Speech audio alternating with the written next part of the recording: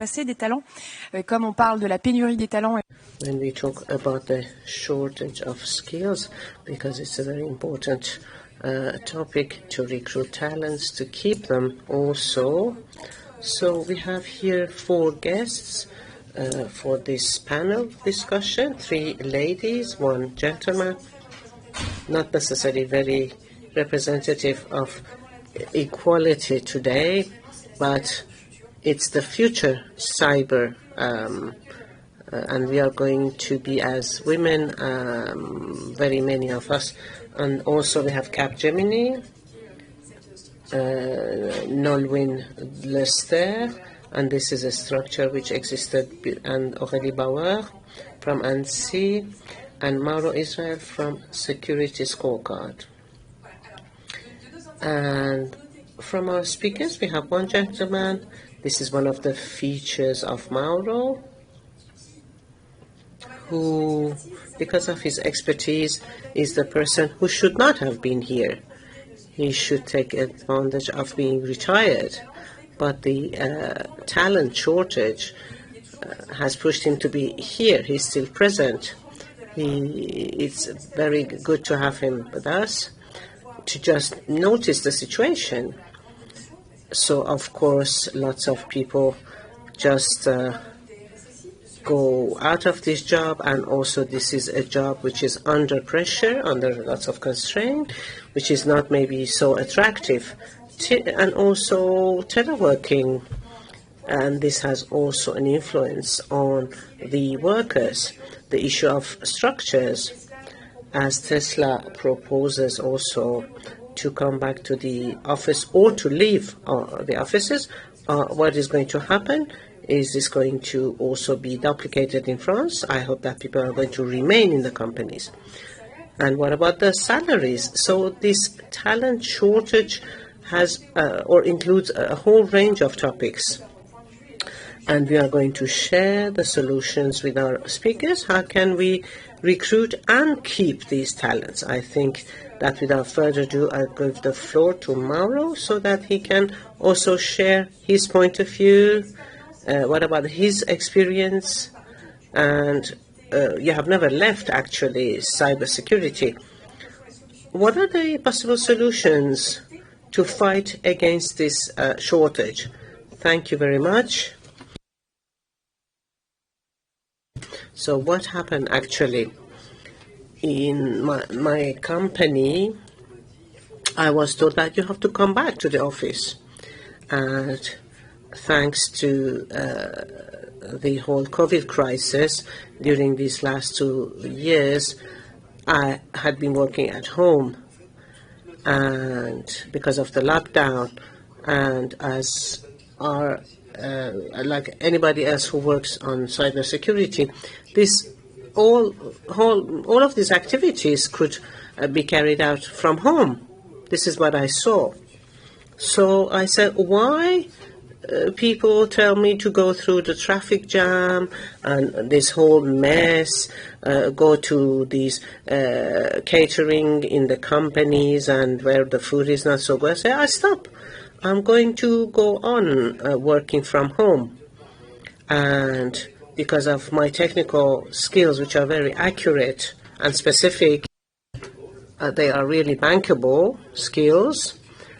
And Security Scorecard just said we need somebody who would speak French and who knows the techniques of cyber scorecards and cybersecurity.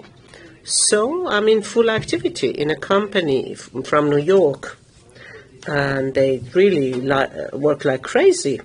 But all of us are in a full remote system without any office, any physical office. One of the features in this company is that you have unlimited period of time of holidays. If you want to have 6 months holidays, it's fine. So what are my comments actually? It's very simple.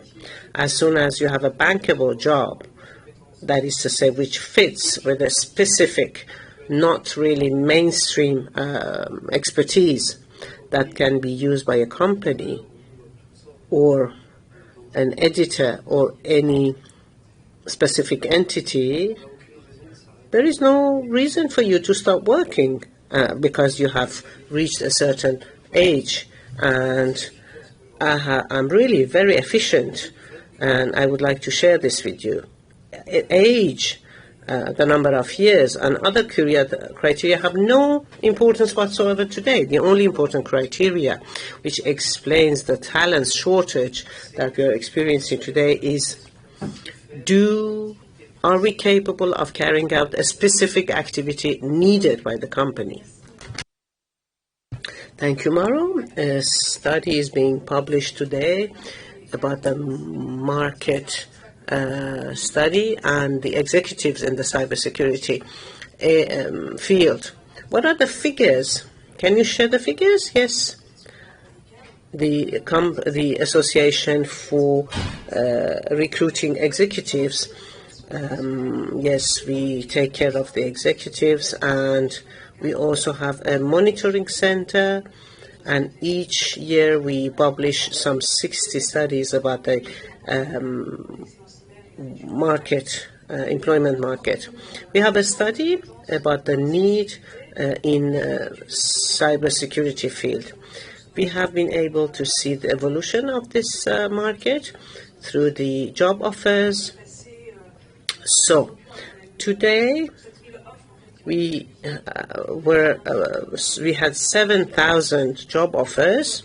It's twice as much as 2015. So we can see this evolution, which is rather blatant. And therefore, we have to focus on the talents or skills shortages through the interviews we have with different companies. And these companies are looking for cybersecurity specialists. So we carried out this study through different levels for companies to just easily recruit workers. Do you have examples of levers so that the audience can have some examples? There are 4 different levers and major levers. I think that the other speakers are going to talk about this, the other members of this panel. First of all, recruitment should become more professional. Not many recruiters know how to map up their own needs in the field of cybersecurity. For example, companies which are not very mature about cybersecurity, and they have started to recruit from their own workers, and they don't know which skills they need. They don't necessarily know the terminology. So when they want to publish their offer, they have difficulty. So sometimes other companies know how to recruit, and they have computer services. And compared to these other companies, who are very small ones, there is a concern for making cybersecurity jobs more visible. And there are also other levers. For example, home working, teleworking. There are very many executives today who believe that teleworking is a criteria for choosing a company. Well, it's not necessarily the same for any job or any company, but all the conditions provided by a company to the workers, the promises that they do, this is very important to highlight. Just like the brand of a company and the way they value their services and their market. Yes, these are 3 levels, but maybe later I will talk about the 4th one. Yes, Nolwenn, maybe what about the companies themselves? Yes. What is Numéon, first of all? It's the merger of Syntec Numérique and Techni France. It's a industrial organization that represents 80% of this service and counseling services of softwares in France. it's not necessarily in the cybersecurity field. We have a cybersecurity group, and I'm pleased to be the chairperson of this group.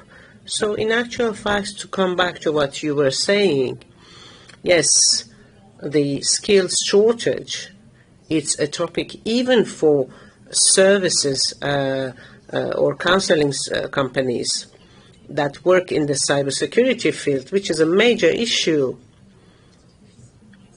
All the people in this audience do know this, I'm sure. And today this has become the very topical issue, and it's a limitation for the growth and development. It has an impact on the company, and there is a willingness at the collective level in this sector to work on becoming more attractive and to find the proper conditions and prerequisites to make sure that we are more people who work in the cybersecurity field to meet this shortage. And this shortage is going to go on because this threat becomes more complex. It's not going to stop. So it's a negative observation. But the positive observation is that there are very many opportunities. And I think that in Numeum and in Capgemini, we try to, of course, contribute to this, to show the positive side of the situation, which can be anxiety-provoking. So the organization of the different professions, some companies don't know what is Allison. So you had a benchmark about the different professions, and they wanted to give a definition. What about the vision of this skills shortage? Do you have another vision? You have had a monitoring center. So what happened with this monitoring center? And they have been talking about cybersecurity engineer, which is not really a profession. In ANSI, last year, even the year before, we were saying, well, yes, there is a skills shortage. Yes, we don't have enough people in the cybersecurity field. Where does this come from? But how can we find a solution? The idea was to do a mapping out exercise, what is happening in the cybersecurity ecosystem. So we can do a mapping exercise and wonder whether the training which is provided meet really the needs of the companies, whether there are enough training, whether the also the job offers are specific enough for people who are looking for a job can go and get these jobs. And also young people who have finished their studies or even before studying just do know anything about cybersecurity, or maybe they can take this sector. So I come back to what you were saying about the monitoring center on different professions. 2 years ago, there was a study about the whole range of SSI professions, and they tried to, first of all, agree on the different professions and jobs. When you work in the stakeholders in the civil sector and military sector, sometimes people do not give the same names to the jobs. And what is behind this name, the name of this job? What about the skills which are required? What should you study? So this first study allowed us to do a benchmarking of the SSI jobs, and where we would agree on the training needed, the skills required.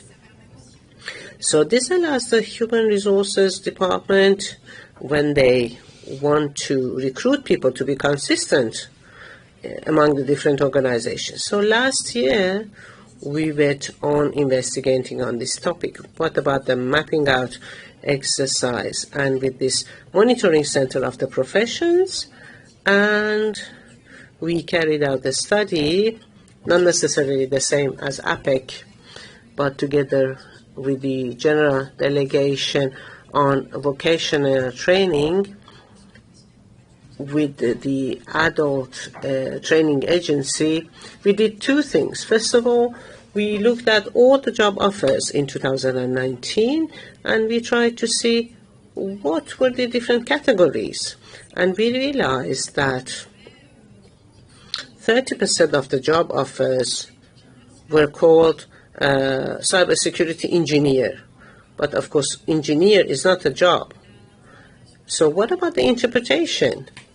It's not necessarily the good one, but people think, okay, the employers who are not a specialist of cybersecurity, if you ask them to focus on the cybersecurity field, you have to recruit people who have to solve the problems, who are not experts.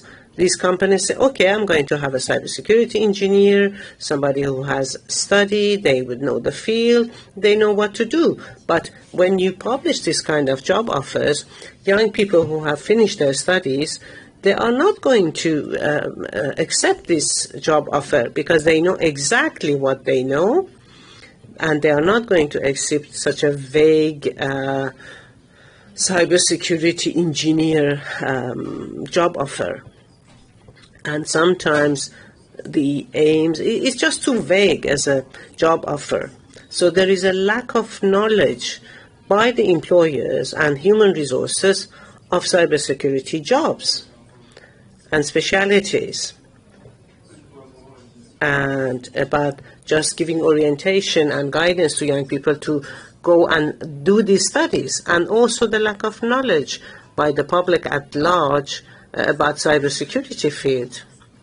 Today, it's not really known, and we have to work on that also, showing that in the cyber sector is not only the hacker who does cybersecurity. There are very many different specialities and sectors to attract very many people, and women also can work in this sector. Just to finish, maybe, we also started another study with the two organizations. It's a questionnaire that we sent to all these students who study at university, and also adults who do vocational training. We asked them, do you know anything about cybersecurity? What is your image, your representation? Do you think that it's an attractive job, stressing job? What about women?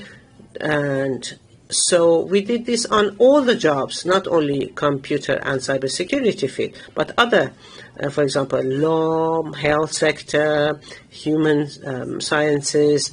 So the study is taking place right now, and the outcomes will show us what is the image that people have about cybersecurity sector. And of course, we are going to publish the outcomes. Yes, the image of cybersecurity and also about the threat is combined with the protection. Yes, this does exist. Yes, we are looking for ethical hackers, of course. We should be able to go on developing the cybersecurity technical sector. Yes. Today, because of we have very many we have a whole range of jobs in the cybersecurity sector. We have to go on explaining. It's not only a matter of expertise. You are going to find this any job of a company, whatever their technical dimension. And once again, taking into account cybersecurity, at the end of the day, what does this mean for the company? To be able to take advantage of the digital transformation opportunities. Go on having your, for France and Europe to have their place in the world, to go on protecting our democracies. We do know this, but we do not communicate enough. In our sector, all of us know that, but we do not communicate enough about that matter. And we are lucky enough because all of these elements have a meaning, are meaningful. Not only you contribute to protect our own companies, administrations, and customers, but also it's a duty to go on protecting and to upskill the level of the maturity of our countries. And I'm not the only one who says so. In Capgemini, we had 2 opinion polls with our different workers, and we have also discussions in Numeum, and there is a whole movement which is being started about cyber for good, for common good, cyber for common good, and it's going to be successful only if everybody collaborates, and also to show to what extent, thanks to us and our own expertise, we can go on looking for very many positive elements. I think this can really speed up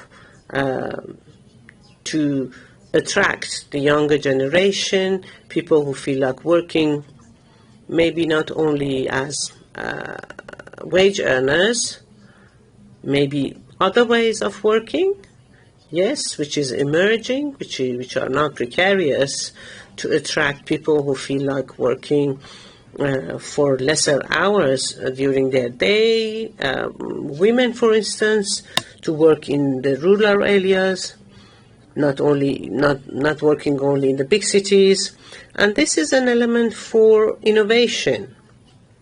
So we just attract very many different positive elements. It's maybe the beginning of an age where we really have to focus on the cyber dimension for the common good. And it doesn't belong to anyone, and at the same time it belongs to everybody. And we have to show how collectively we are able to just increase the number of cyber specialists so that everybody can take advantage of this. Okay, if I can come back to the issue of the different jobs in the cybersecurity sector. In our study, we were able to talk about the number of needs in the different professions. Yes, it's not necessarily in the computer sector, but it's in relation with governance. What about cybersecurity policy in the different companies? Companies really need these jobs. The top one is, of course, everything in relation with compliance and governance, and also incident management. This is, let's say, 11%. It shows that very many different jobs, and we have to communicate about these jobs. It's a matter of diversity. It's a major issue to attract people who would like to work in this sector. It's a very rich ecosystem, and it goes far beyond the general imagination. Yes, the individual interest should fit with the collective interest that you have shown. Maybe I can share an example between 2 people, Mena and myself. We live in a medical desert. When you want to meet a doctor, maybe they are already dead or they have retired, you have to wait for 6 months. So you really can have lots of health problems. And the same diagnosis at the medical level has been done, and all our villages and rural areas are looking desperately for a doctor, a nurse, and the mapping out exercise has been done properly, but the individual interest of a doctor going to settle in a village, this is not attractive for them. So if I can start giving you a solution we do not have enough skills in the cybersecurity sector. What are the prerequisites which could be favorable for these talents to be blossomed? What are the soft skills and hard skills that we need so that these skills can be blossomed? Cybersecurity can happen anywhere in the world. If you compare it with the medical sector, you can have a computer anywhere. So the most attractive place regarding the quality of life is a place where they want to live. So this is a migration choice. For example, people will go to the rural areas because it's really fantastic to live where you live. And also, yes, still no doctors. But of course, we can do telemedicine or distance medicine. So the other element which could be the beginning of a solution is that in the cybersecurity sector, maybe in the medical sector, it's a really vocation, it's a passion. People that we know, they are really passionate about what they are doing. And it's just a game somehow. I wonder why people pay me, because for me it's a passion. I love what I do. And I meet lots of young people who are really good hackers, but they don't know where to go and express themselves. Just they sometimes become part-time workers in an office. So I believe that what we need is to have a specific job for the cybersecurity sector which is attractive for young people and very easy to set up from their smartphones and internet. Yes, there are different models that can give them ideas. Yes, we talk that it should be attractive for young people. What is very important for the companies is to give these young people future perspectives. Young people don't want to stay in one single job. They want to have some perspectives for their future. And this is an element to attract young people, to give perspectives, future perspectives to their workers. Maybe I would like to add one element. We have been talking about young people that we would like to recruit at the beginning of their careers in the cybersecurity sector. Well, okay, not lots of people know this field. This is one element. People don't know the different professions in the cybersecurity sector. But we have to also fight against prejudices. And, for example, people say, well, cybersecurity is for young people only. We have noticed it with the job offers, because in the job descriptions to attract people, yes, there were different elements which were interesting for young people. You say tu in French, yes, okay, it's nice. There will be different games, a jukebox, and it's going to be very nice. Come to us. There were lots of job offers, but what you have to know also that in the study we carried out with the GFP, we had a questionnaire to the cybersecurity professionals. Please tell us who you are. What did you study? Where do you come from? What is your profile? In which company do you work? What has been the outcome? So we asked the age also. You don't have more young people than the other age ranges. When you see the age range, there were people between 30-40 and others between 40-50 and 50-60. So this is the first element. Of course you have to attract young people, but we have to use people who are already there. The second point. There's another misconception about cybersecurity. When we ask people where they come from, so their background, we've realized that 3/4 of them are only in this field for the 5 last years. So these people come from different fields, different disciplines, from the scientific side of things, but they did not start with the cybersecurity. They might have started with engineering, law, or anything that could have led us to cybersecurity. So this is something you might want to forget. This is a misconception. Cybersecurity is not a path. You might have studied law, communication, or any other studies, and end up working in cybersecurity field. So this was my first point. Now, secondly, there's also the fact of changing jobs during your career. You might want just to tackle this new field of cybersecurity during your career, and it is possible. It is not something that is not achievable. We have to use the skills and how we can adapt people's skills to cybersecurity. I would like to build up on that with this round table that is at the end of the day about what solutions with an S.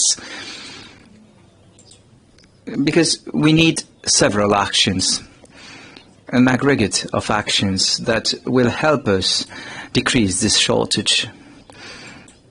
We need to fill up the trainings that are existing, but also that are getting created. There are new trainings, such as cyber schools, and new models of training that do not replace what is already existing. They just come there as a complement to that.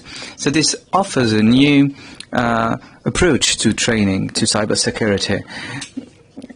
And I use we because I think we are responsible as a company.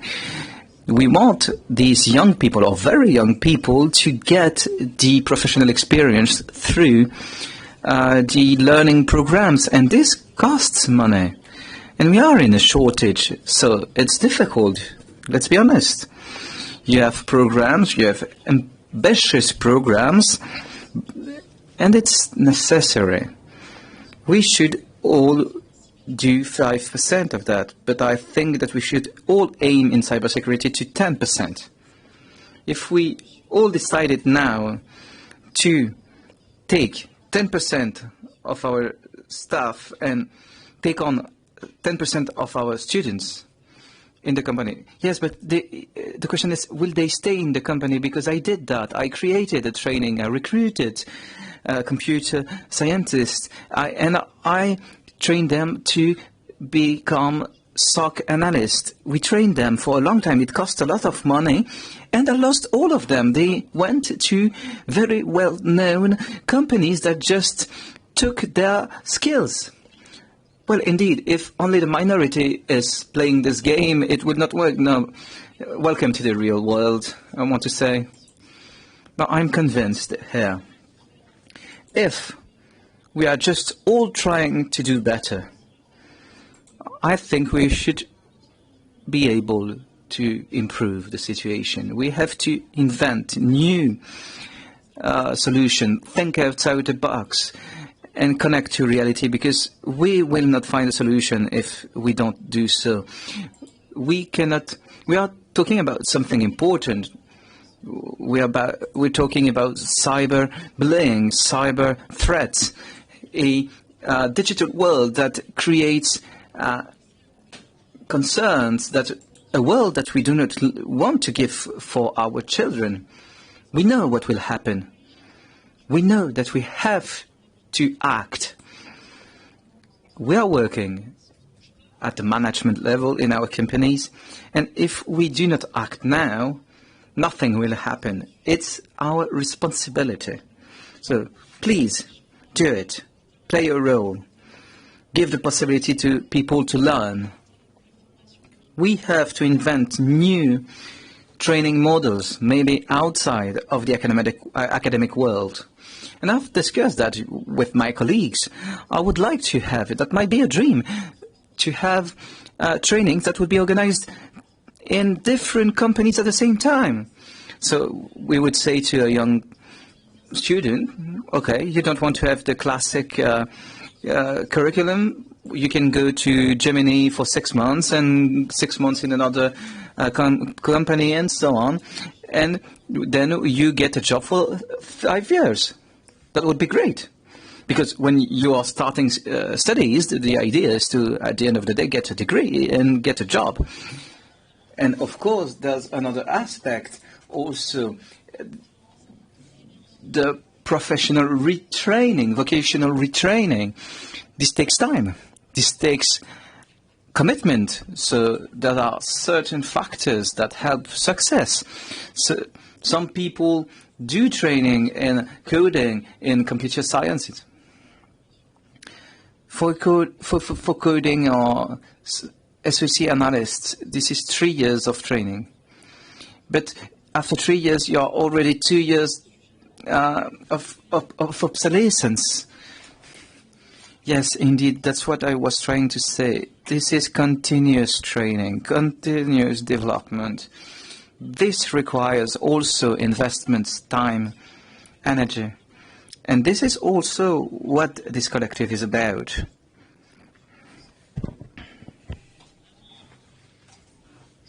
So I think this is key. And the key word would be cooperation. We want to work for the common good. And I'll come back to this for good. This is the image we want to show to the outside about our field. This is how we work for sensible topics. But when there's an answer to give to an issue, we know how to do it. And we have a few successes we can use, a few levers we could use. And why don't we do it for the skills shortage? Yes, indeed, finding a meaning to what you are doing is something that's important for the youngsters, the young students. And transformation, so the professional retraining is also something possible. There are people that also do not want to evolve, simply. When you're a coding expert at 50 years old, maybe you just like it and you don't want to be trained in other fields. You should accept that. You don't want to always try finding the perfect candidate. I see these offers, the job offers, where we want everything. We want the perfect candidate. Trainings exist. They do exist. It's a good idea. But maybe we should ask if the companies will follow. Maybe there's a behavior change that is necessary from the human resources, and they are not here in this room. This is a daily struggle. We should show that cybersecurity is a community, that we share the same values. This is the analysis I would make after having listened to you. So my question would be, do you have a piece of advice you would say you would have to give to the people in the room for cybersecurity? And then we will go to the questions and answers. I think I've already explained all the solutions, levers we could implement. But if I want to highlight one, it would be the visibility of the jobs offers and the possibility of evolution in the company. I would say that we need to offer a permanent training package, and partly online, to all the employees of the company. And this should not be part of their working hours. In my opinion, it would be cybersecurity as a meaning in life. We should be asking our partners to express their ideas for the impact to the society. And on my side, I would say that before having sustainable actions, we need to analyze the situation on certain aspects to be able to act more properly. For example, about training. How do we end up with trainings that are only half full? Or do we end up with trainings that are closing because they have no candidates? Are the trainings proposed adapted to the needs of the field? And this is where I agree with your study. We need to ask the employers, the companies, who they need, what are the skills they need. We should create this link between the needs on the ground and the trainings. I do agree, and this is very important for production system cybersecurity in the industrial world, where there is really a need in reality, and a need of skills that all recruiters have awareness of. And I know that, for example, Microsoft wants to train 10,000 people in 3 years. So this might give a good idea to other companies to follow the same path. Do we have any question from the audience? So I will give you the microphone myself. Bonjour, je suis Patricia. Good morning. I'm a journalist, Patricia Wandami, and I work on HR questions at the moment. So I would like to come back to the question of HR training to cybersecurity, because in small companies, even in big companies, it's sometimes difficult to create a job descriptions because HR members do not know exactly what they need. It's difficult to find people to work HR that know what cybersecurity is, and this is not their priority as of today. They are more concerned with the shortage, the talent shortage in their field, the transformation of work that becomes more hybrid today. So maybe we should train the HR workers to these special jobs. I think there's a lack of training, really. So I would like to come back on the reference for the cybersecurity jobs. I think you might all know of it. It is a list of all the cybersecurity jobs that we identify. This is a tool we should be able to spread more, I guess, to these kind of people. But you raise a good point, and I do not have a specific answer to give you. Maybe I would like to explain something. In Cyber Campus,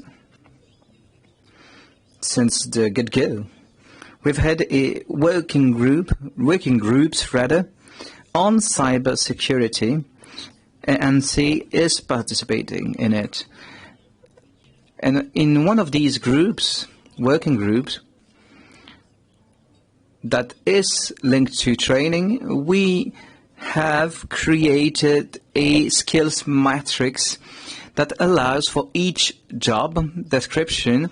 So we started from the list that ANSI produced, and for each of these jobs, we try to list all the needed skills for the job. So the know-how, the knowledge, but also the attitude of the candidate. And for each skill, we rated the level from 1 to 4. So what we wanted to do is really to support HR in their work, in skills and job description. We are really offering a list of skills with rating, really to standardize this approach. And this also helps for professional retraining, because someone that would have some skills already can know what skills he needs to add in order to get to this new job.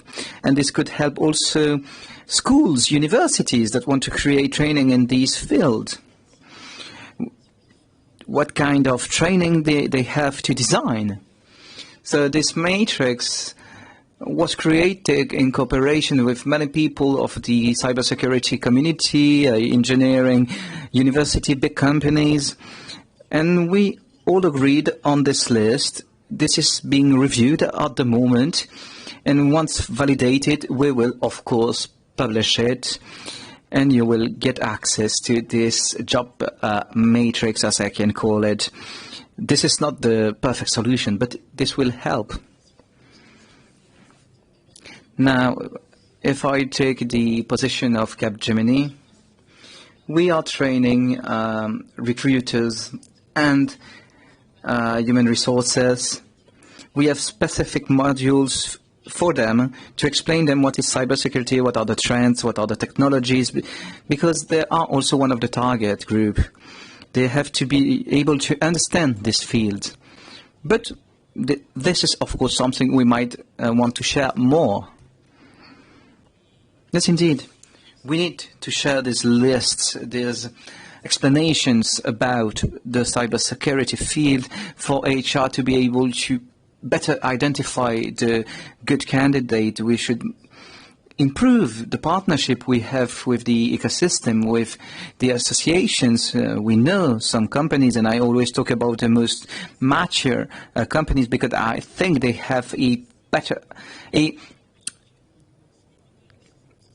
even more difficult time finding the right candidates. There are so many associations. There's a network that is there, a network of knowledge, of know-how, and these elements are totally necessary to improve recruiting and better define the needs. Yes, indeed, I would like to add something about human resources. There's an issue with fake CVs. We are working with people that are very good at computing technologies, and so they can fake a document. And we end up with many people that have fake certificates, fake degrees, or things they've bought online that does not match their skills. And human resources do not have the right tools to check that. How do you check that someone is an astronaut, for example? You need people that have seen this person work. And this is the same for cybersecurity.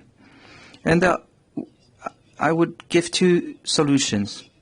First, we might implement a blockchain system that would be there in all the studies and places you can get a degree at, so that we can check the fact that their degrees or certification are real. Secondly, we could have a certification system with people that would be checking your career path. So you would need to present few people that could testify of your skills. Because as of today, I might tell you that we see a lot of fake profiles. These people can go through the nets and get the job, and this contaminate the recruitment, really. I'm at the back of the room, and an advice to the HR: you do not click on any PDF file on any link, please. Hello, I'm Martine Valin. I work for the Army Ministry in Audit Control, and I have a question on the career path of the young people, but also less young people on cybersecurity. You've talked about offering them perspective and evolution possibilities. And I'm talking also about management, because sometimes we need to have experts, cybersecurity experts, to become a manager, and we do not support them in getting the soft skills that are needed. This leads to failure and difficult time for the teams that are managed by someone that does not have the required soft skills. And so I would like to know first if you share my opinion and what would be the advice you could give on that. I think that in cybersecurity, but in all technical fields, some people are better at managing than others. And this is not because you are an expert in cybersecurity that you can be a good manager. You need to identify the people who want to become a manager and have the skills needed. I think that as of today, there are many challenges and also many possibilities for the experts to train to become a manager. We have a community, for example. They could work with other experts, manage them in the technical aspect, and this would be a kind of experiment for them to train before they become a manager, before they embark in this job. And we've had quite a success with this approach, and we realized that people in cybersecurity are rather communicative people, so I'm quite optimistic on that. But we need people that have a transversal vision of cybersecurity. We do not need people that are only expert on one topic of cybersecurity. We need people that have this cross-field approach. So I would like to add on that a more general idea. Building on what you said, it all depends also on the structures.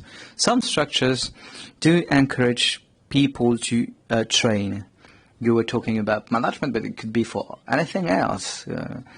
Getting to know other skills, for example, or retraining to another job. So I guess it depends on the employer's will and what is offered by the employers to the employees for training. And when we did this survey, we were asking what kind of company they were working for, and we were talking about trainings. We asked them if the trainings they could get internally were enough. And according to their jobs and their opinion, and we also asked them if they knew about the training possibilities, and the result of this survey was that they knew about the training options, that there were enough training options, but they did not take part in many trainings. So it was 2 or 3 days a year, more or less, on average. So there are many also people that train by themselves through the network, through the web interfaces and so on. But people would do that on their side, on themselves. But they were not taking part in trainings offered by the companies. And we did not ask the follow-up question, but it would be, do you think that you do not have enough time? Or is it the employers that is not giving you the time to do the trainings?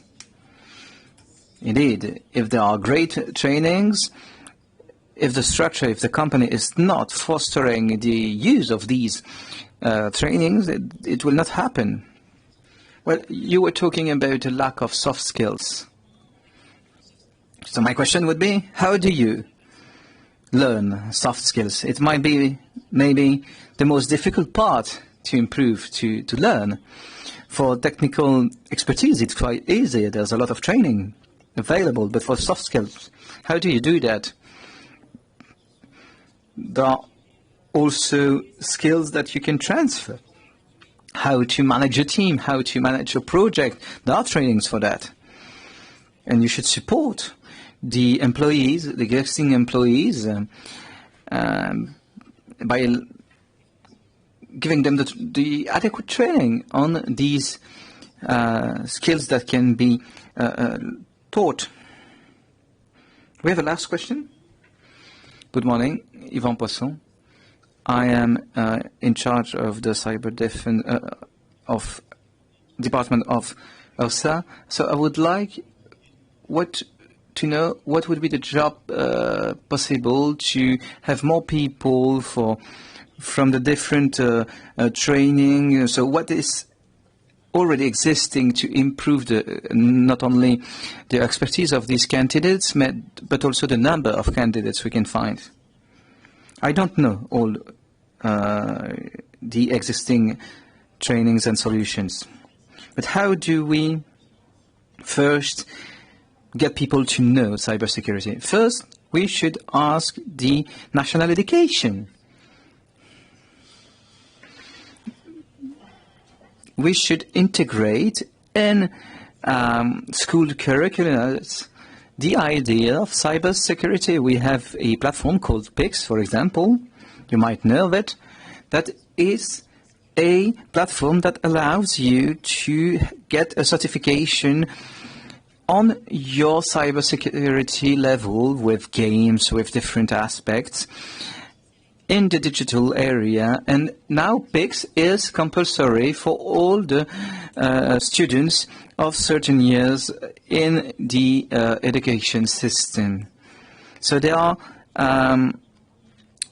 we are raising awareness to them to cybersecurity. So we are working with PIX on certain of the exams they propose about cybersecurity.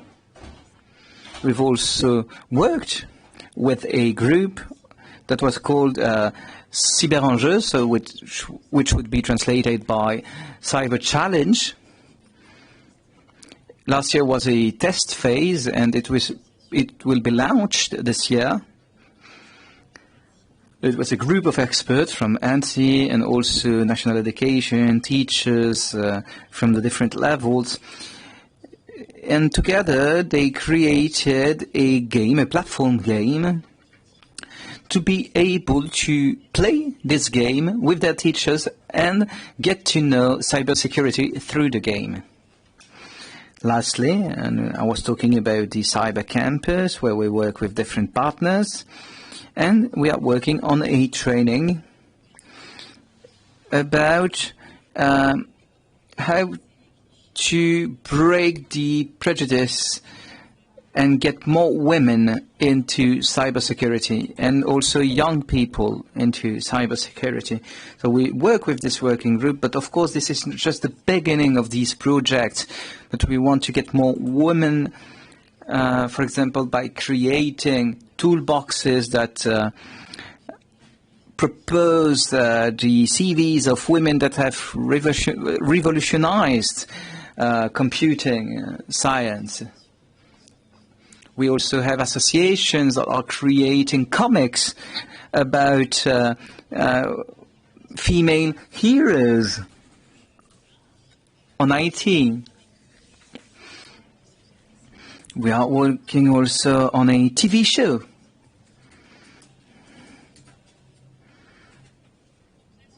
So it's really targeted to a wide audience. This TV show had this impact really to get these people to understand what this world was about. We try to get references, the representative of the different jobs that do exist. This is still a project. We are working on it. There's nothing out as of today, but we are trying to launch many initiatives to get more awareness from the public. Well, indeed, but we cannot do it alone. We can create job descriptions. This is what we do at APEC. But we need to work with companies, with specialist companies, in order to produce these job descriptions. But about the training, it's also important to discuss with the companies to create the curriculum of the different trainings, because an HR person cannot do that alone. We need a collective approach. We need to share information.